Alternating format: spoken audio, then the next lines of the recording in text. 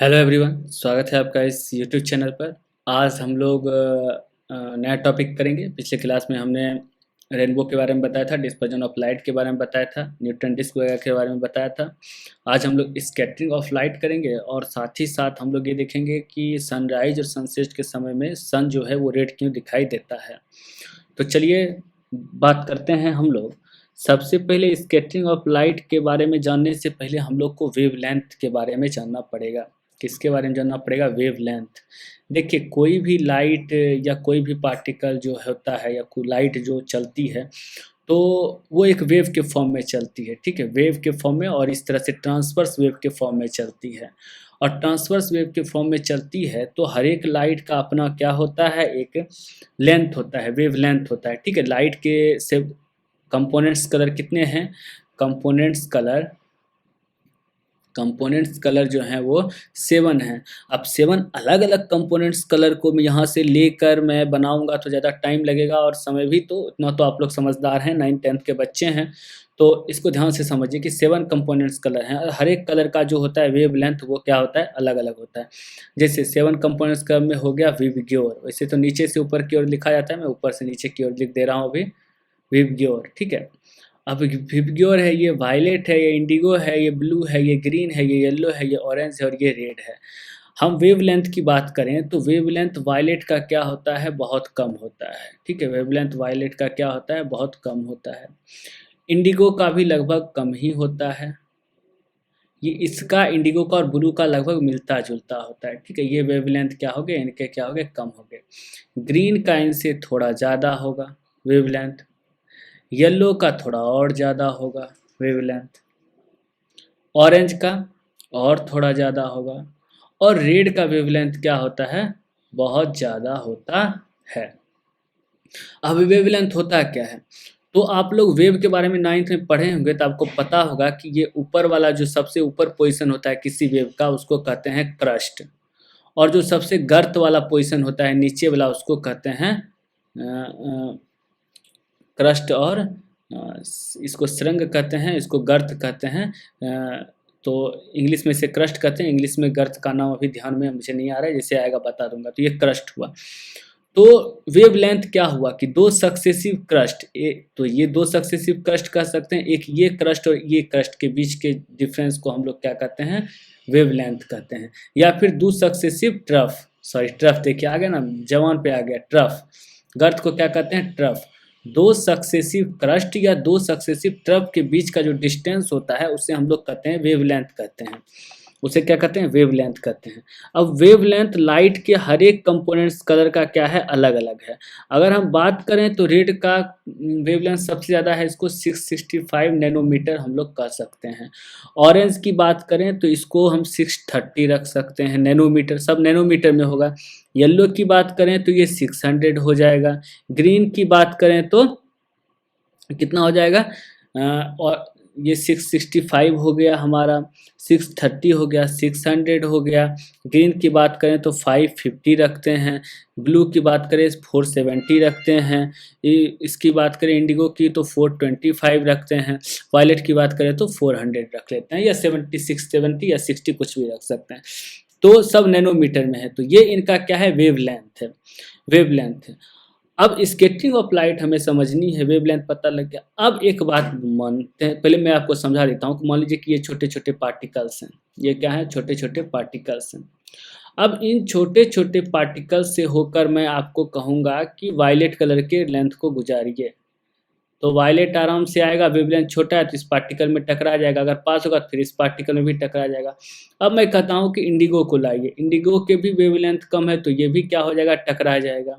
Blue को लाइए, blue के भी वेवलेंथ कम है तो ये भी इस तरह से दौड़ते दौड़ते आएगा, ये भी क्या होगा, इसमें टकरा जाएगा पार्टिकल्स में। ग्रीन को बोलूँगा तो ग्रीन हो सकता है कि टकरा भी जाए, नहीं हो तो देखिए पार होके चला गया। उसी तरह से रेड का सबसे ज़्यादा वेवलेंथ होता है, तो रेड जो है वो छोटे छोटे पार्टिकल से टकराएगा, इसका बहुत कम चांस होता है। तो ये क्या होता है, उनसे होकर निकल जाता है। ठीक है, तो अब आपने रिफ्लेक्शन ऑफ लाइट पढ़ा हुआ है, क्या पढ़ा हुआ है, रिफ्लेक्शन ऑफ लाइट पढ़ा हुआ है। तो हमारे एटमॉस्फेयर में बहुत सारे डस्ट पार्टिकल्स हैं। क्या हैं, डस्ट पार्टिकल्स हैं। और साथ ही साथ बहुत सारे गैस भी हैं, ठीक है, जिनमें नाइट्रोजन हमारा 78% है, ऑक्सीजन हमारा 21% है, CO2 हमारा 0.03% है, और बाकी में हमारा आर्गन वगैरह बाकी हैं।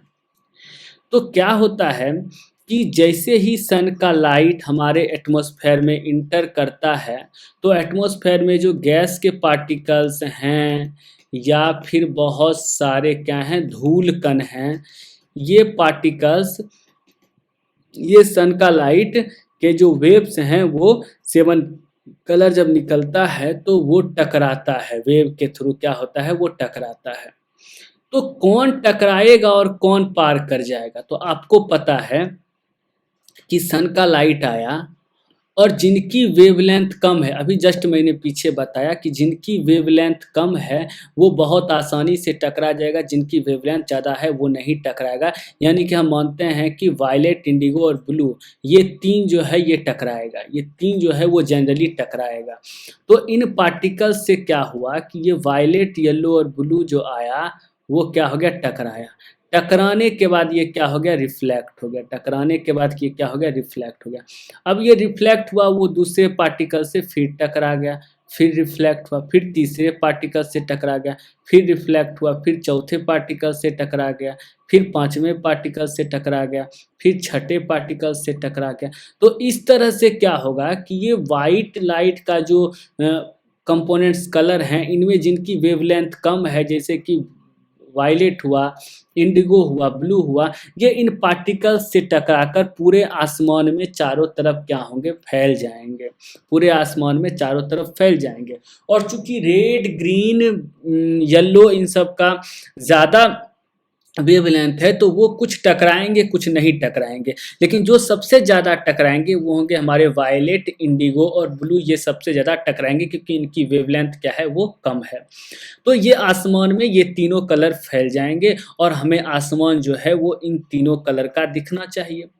तो सबसे कम तो वायलेट का है, वायलेट क्यों नहीं दिखता, इंडिगो का है, इंडिगो क्यों नहीं दिखता, ब्लू क्यों दिखता है, स्काई नीला क्यों दिखता है? तो इसके पीछे का रीज़न हमारे आईज भी हैं, क्योंकि हमारा आईज जो है वो ब्लू कलर को अट्रैक्ट ज़्यादा करता है, ठीक है, ये ब्लू कलर की तरफ ज़्यादा अट्रैक्ट होता है। और ये दोनों कलर थोड़ा हल्का कलर है, ब्लू कलर थोड़ा जो है वो डीप कलर है, इसलिए हमें आसमान जो होते हैं वो कैसे दिखाई देते हैं, स्काई ब्लू दिखाई देते हैं। तो स्कैटरिंग ऑफ लाइट, लाइट जो है, लाइट जो है वो पार्टिकल से टकरा कर क्या हो रहा है, स्कैटरिंग हो रहा है, मतलब फैल रहा है चारों तरफ। क्या हो रहा है, स्कैटरिंग होना मतलब क्या हुआ, फैलना हुआ। तो इस फिनोमिना के कारण हमें क्या दिखाई देता है, इस फिनोमिना के कारण हमें आकाश जो है वो नीला दिखाई देता है। और ब्लू क्यों दिखाई देता है, क्योंकि ब्लू का कलर हमारी आंखों के लिए ज़्यादा, ब्लू कलर को हम लोग ज़्यादा वो करते हैं, महत्व देते हैं। ब्लू कलर हो, ये रेड कलर हो, दूर से दिखने पे ही हम लोग को आसानी से उसको हम ऑब्जर्व कर सकते हैं और दिख जाता है, तो इसीलिए आकाश जो है वो नीला दिखाई देता है। तो इन सब के पीछे का रीज़न जो है वो लाइट के 7 कंपोनेंट कलर का अलग अलग वेवलेंथ होना, और जिनका वेवलेंथ कम है वो सारे छोटे छोटे पार्टिकल्स, चाहे वो गैस पार्टिकल्स से टकराएं, चाहे वो डस्ट पार्टिकल्स से टकराएं, टकराने के बाद वो फैलते हैं। अब बात करते हैं हम लोग ज़रा कि आकाश सूर्योदय और सूर्यास्त के समय जो है वो लाल क्यों दिखाई देता है, सूर्योदय और सूर्यास्त के समय लाल क्यों दिखाई देता है। तो चलिए देखते हैं।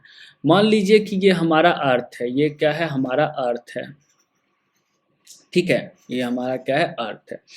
अब जब दोपहर के समय यानी कि नून के समय जो सन है वो हमारे सर पे रहता है, तो उसके और अर्थ के बीच का डिस्टेंस क्या होता है, कम होता है, लेस होता है, डिस्टेंस क्या होता है, कम होता है। और वो आता है, वो छोटे छोटे पार्टिकल से टकराता है और वो क्या होता है, निकल जाता है, वो क्या होता है, निकल जाता है। और जो रेड पार्टिकल्स होते हैं वो टकराते नहीं हैं, तो वो सन में ही ऐसे करके चारों ओर घूमते हुए रह जाते हैं। तो ये नून में, ठीक है। लेकिन जैसे ही सूर्योदय का समय होता है, या सूर्यास्त का समय होता है, तो आपको पता है कि अर्थ के जितने करीब हम आएंगे डस्ट पार्टिकल्स क्या होंगे, उतने ज़्यादा होंगे। जितने नज़दीक हम अर्थ के आते हैं डस्ट पार्टिकल्स उतने ज़्यादा होते हैं। तो जब यहाँ से अब वेव निकल के आती हैं, यहाँ से वेव निकल के आती हैं, यहाँ से वेव निकल के आती हैं, ये सनराइज के समय मान लीजिए सनसेट के समय वेव्स निकल के आई, वाइट लाइट आई तो उनके साथ उनकी वेव्स आई। तो ज़्यादा डस्ट पार्टिकल से टकराने के बाद जो बाकी के कलर होते हैं, चाहे ब्लू हो, इंडिगो हो, वायलेट हो, ग्रीन हो, येलो हो, ये ज़्यादा कलर जो होते हैं ये कलर तो आसमान में क्या हो जाते हैं, फैल जाते हैं। टकराने के बाद डस्ट पार्टिकल से टकराते हैं और आसमान में क्या होते हैं, फैल जाते हैं। लेकिन रेड कलर का वेवलेंथ कम होने के कारण वो टकराता नहीं है और वो क्या होता है, वो यहीं पे रह जाता है। सारे कलर कंपोनेंट क्या होते हैं, दूर चले जाते हैं, पर ये ज़्यादा नहीं टकराता है तो ये क्या हो जाता है, यहीं पे रह जाता है। और बाकी सारे कलर जो होते हैं वो क्या होते हैं, आसमान देखिए नीला नीला आसमान में क्या हो गए, ये फैल गए। बाकी कलर जो होते हैं नीले नीले आसमान में फैल जाते हैं। येलो मैंने क्यों कर दिया, नीला नीला कलर बाकी आसमान में क्या होते हैं, फैल जाते हैं। तो डस्ट पार्टिकल्स ज़्यादा डस्ट पार्टिकल से टकराते हैं, सब के सब कलर फैल गए और रेड हमारा यहीं का क्या हो गया, यहीं रह गया। रेड कलर हमारा क्या होता है, यहीं का यहीं रह जाता है।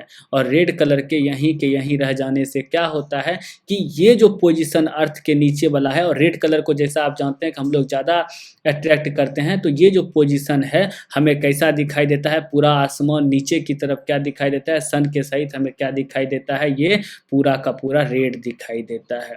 तो ये क्यों दिखाई देता है ये भी आपको पता लग गया कि सनसेट और सनराइज के समय में हमें रेड क्यों दिखाई देता है। ठीक है, और आप ये तो जानते ही होंगे कि सनसेट और सनराइज के समय में डिफरेंस कितना होता है, 2 मिनट का होता है।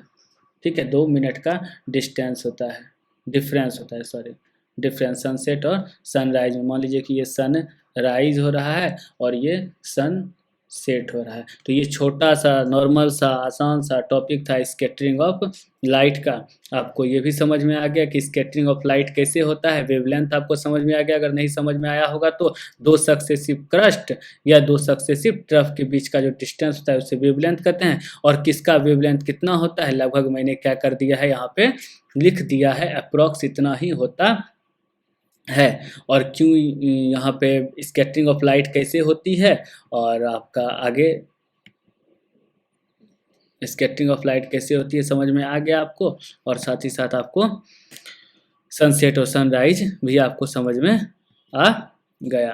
तो उम्मीद है कि इतना आपको समझ में आ गया होगा।